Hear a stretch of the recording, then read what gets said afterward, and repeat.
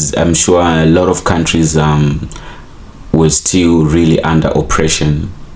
I'm sorry, President William Ruto, but I do not think that these people want us to sit at the table with them and discuss matters of the world. I don't think.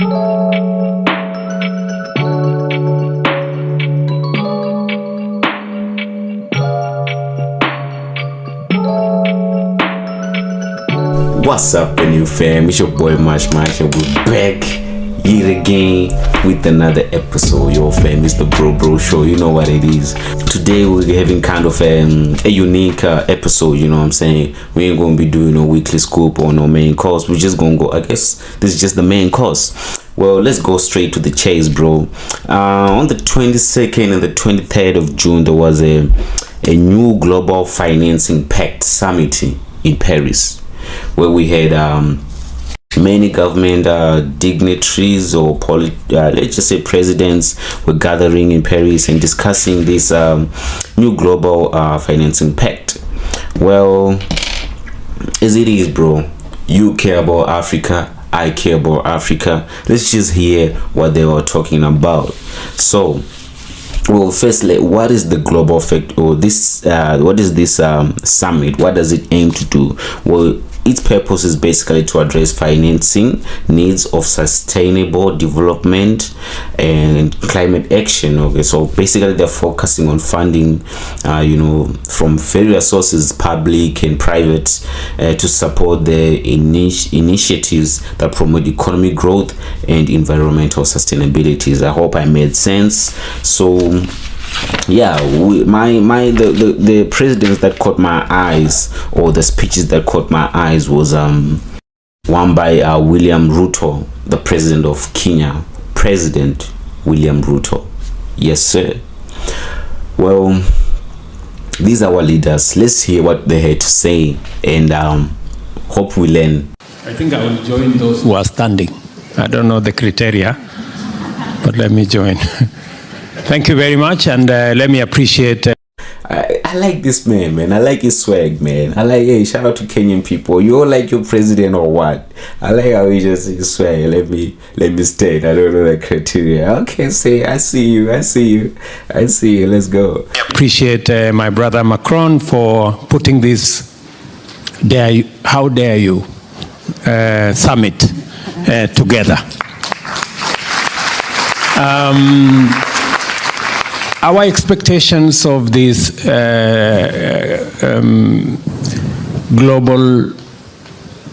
new global finance. Well, before, let me just let you know, the global summit, well, like I said, their main goals is to help to sustain the environment, and also help promote economic growth, mostly in developing countries. Well, developing countries is a fancy term for poor countries, you know what I'm saying, and that is the majority of Africa. And so climate change and financial systems is their specialty in this summit. That's where they're mostly focused on. Okay. Financing pact. What is our expectation from the perspective from where I come from? We've had the testimonies from my dear sister Motley, from the Prime Minister of Pakistan, from the Sahel, from what is happening in Malawi, in Zambia, in Mozambique, what's happening in the Horn of Africa where I come from. We've lost millions of livestock because of drought. So climate change is real, no doubt. We're living. Dude, I like with climate change, right? I've been sleeping on that. I always thought maybe it's like the Matrix. They're trying to fool us and saying there's climate change, and well, it seems like it's real. The weather patterns have been going, crazy, and there's been. I remember in 2009, I don't know, I was in high school. There was snow, and that was in Pretoria. Yeah, that should have been a sign, because we are not Scandinavia. We shouldn't be seeing snow in Africa, especially this side in the much northern upper side of South Africa. But we did see snow, and So the climate change is affecting, especially in agriculture, so much. And also the president is talking about the livestock that has died due to drought. No water is raining, lack of water. So I guess we really have to accept the fact that climate change is as real as I am right now, you know. We're living through it every day. From where I sit, we need out of this summit, we need two outcomes. Number one, we need to agree on how do we get emergency liquidity. Number one, how do we deal with debt that is saddling many developing countries, and how do we get additional money in the context of what Motley said in the morning, urgency and skill. Those two things. Debt, one of the main factors that are crippling a lot of African countries is debt. We are owing billions and billions of money. We are owing the World Bank, and that money has to be paid, if not yearly, but it has to be paid back. That's what the president is addressing here. He's saying that if we can liquidize those debts, it would really help us generate money to create this growth that is needed in our economy, you know. To answer, in my very respectful submission, I believe we should not leave this conference until we agree on what we are going to do to get many countries in the global south to at least be in a position to have a conversation by sorting out their immediate issues. And the immediate issues is there is no space for debt anymore. We need to deal with it. We need emergency liquidity in the context of where we are today, coming from the pandemic, getting into the war in Europe, and getting into... Basically, the president is saying that we cannot deal with this debt that you have placed on us. This debt, he's gonna say that it's almost a setup, because we are getting, some interest rates are 8 times more than other countries' interest rates. So it's like he's saying that it's like a setup that we stay in debt, especially we have been through really hard-hitting challenges, like he mentioned, COVID, you know, the pandemic, and then there's war in Russia, and there's also global warming, climate change, all of those challenges. Into the climate change situation, the many crises we have to sort out, what we need to do urgently. The proposal I make is we need to reform the multilateral development financing institutions. The international financial architecture is not sitting pretty. UN Secretary General said on this podium this morning that there are countries that are paying 8 times in interest what the rest are paying. He was actually referring to those of us in Africa and largely in the global south. We're paying 8 times.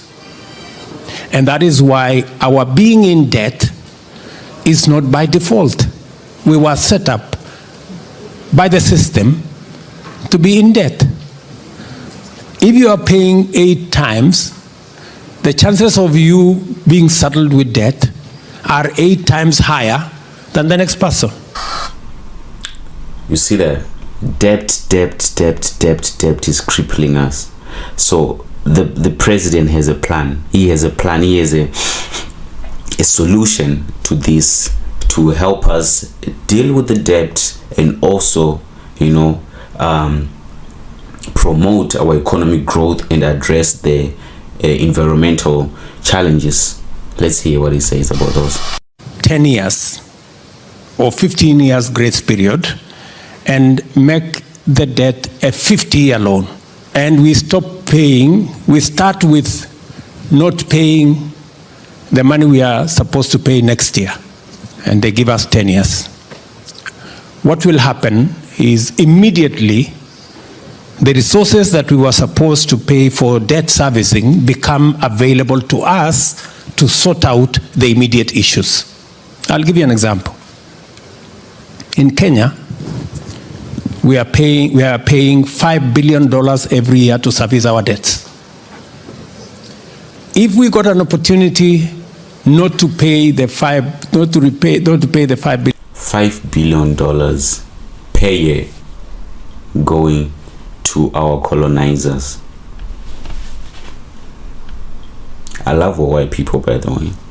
I'm not racist. Pay the $5 billion, and it is made available to us to provide water, to provide electricity, to do development, we would have money at scale. Listen to that. If we're $5 billion a year, water crisis, electricity crisis, unemployment crisis, infrastructure crisis, $5 billion can do a lot in a year. And if it was done for 10 years, and we are given 20 years grace period, we would be sorted. And everybody will be happy. We will still pay our debt. It has just been postponed. So the shareholders have no problem. And we have immediate money to deal with our situation, so we are also not doing badly. So we can have a win-win. Yeah, I mean that's what President Ruto is saying. Yeah, I mean that's his idea. Are they gonna take it? Oh my goodness, that's a very big, very asking question. That's a very asking request. Because Africa is a business for the Europeans. You know what I'm saying? Africa is a business for the Europeans. So one of the agendas that he also addressed was climate change. He also talked about climate change, and he also had suggestions, and also to address these environmental sustainability challenges. They need more money. I mean, this is money. You know what I'm saying? Let's not forget this is a financing pact. You know what I'm saying? So President Ruto had also other suggestions when it comes to global warming, and we're going to hear. Simple. Number two, our next expectation, so that we can have a better conversation in Nairobi, is to agree on climate financing. I know to a great extent what I have suggested as number one will go to a good extent in climate financing. But if we have to deal with the climate financing in the context of what we agreed in 2015, in the consensus we built out of the Paris Agreement, this Paris Agreement, where we get emissions down by 45% by 2030 and net zero by 2050. If we were to go there, IEA, which Kenya just became a member, tells us that we need $9.2 trillion every year for us to get to net zero by 2050. We have a gap of $3.5 trillion. How do we raise $9.5 trillion a year to drop down the emissions? That is crazy. I don't think it's obviously that cannot be done. It's pretty much obvious. So, like I said, the good president has other suggestions. Let's hear the other suggestions. We already have suggestions on the table. IMF has proposed what they call carbon flow tax. The only challenge they have is that they have said it must be ratified by every country. I have a problem with that. We can have a carbon tax that is agreed as a treaty, and there is a way we can agree on it. The European... Basically, the president is saying that the IMF, which is the International Monetary Fund, they have agreed on a carbon emission tax that a tax that is charged on companies that emit more carbon. You know what I'm saying? That I'm sure it's going to be they're going to set a certain tax, and then he's saying that they shouldn't say that, they shouldn't adjust it and say that, okay, you guys, you should pay how much because you are Africans or you're from this level of economy, mostly the developing countries, so you should pay. He's saying no, we should all pay equal, so that we can all be equals, so that when we sit and talk about these issues, we are equals, not the guys you were helping and donating free stuff to. You know what I'm saying? He's on about that one. Let's hear more. Parliament have agreed on the financial transaction tax. We do not want to be the business of the Europeans. We want a global financial transaction tax where even us from the African continent, we pay.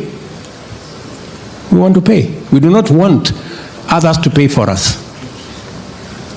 So that once we raise the money globally, once everybody pays, if it is 1%, let all of us pay 1%. So that we can sit at a table, so that there are no shareholders. When IMF and World Bank were created in Bretton Woods in 1945, Kenya did not exist. Yeah, 1945, IMF and World Bank, there was during those, I'm sure a lot of countries were still really under oppression. I'm sorry, President William Ruto, but I do not think that these people want us to sit at the table with them and discuss matters of the world. I don't think so at all. You know, I do understand that his solution is that we create a tax that it can be taxed, you know, create a charge, and everybody pays, and we attend this global situation in a global way, not like a superpower country taking their national money and trying to aid global crises or global challenges. You know what I'm saying? It's not going to sit well with its citizens, and also it's not fair, because Africa will still be that guy who's always gonna need some form of help. You know what I'm saying? Yeah, man, President Ruto had a lot more to say, and I just gotta say, man, I love your career. For based on what I've seen on YouTube and all of that, I kind of like William Ruto. He's very pro-African, and that's very needed. Yo, bros, we need to really check on our African countries. You know what I'm saying? Like, Africa is the future, and we are the future, and we need to be united.